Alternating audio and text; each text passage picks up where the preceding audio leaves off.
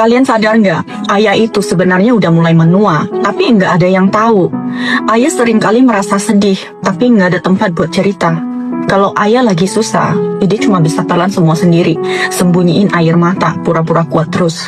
Kalau ayah lagi sakit hati atau lagi kepikiran banyak hal, dia cuma bisa ngeganjel perasaan itu pakai rokok atau minuman.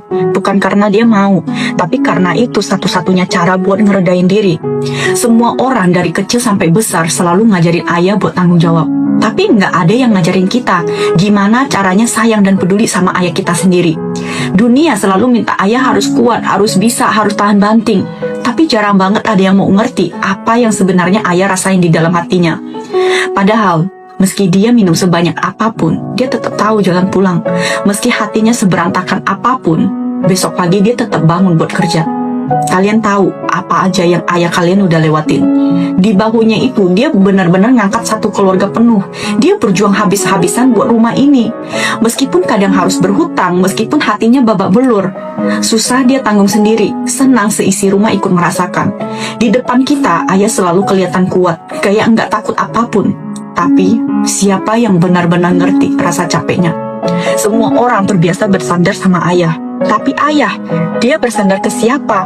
Nggak ada. Bahkan ketika rambutnya udah memutih, punggungnya mulai bungkuk, dia tetap berdiri, tetap maju. Buat anaknya, buat istrinya, buat keluarga ini.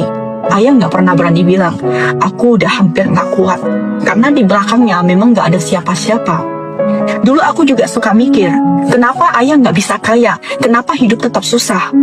Tapi setelah aku dewasa, kerja, dan cari nafkah sendiri, aku baru ngerti. Bisa ngasih makan kita, nyekolahin kita, bikin kita tumbuh itu udah kemampuan terbesarnya. Akhirnya aku sadar, yang jadi atap rumah ini bukan cuma bangunan, tapi juga ayah. Dan akan tiba waktunya kamu ngerti. Ayah itu adalah orang yang paling jarang kamu pikirin, tapi sebenarnya dia yang paling sayang sama kamu.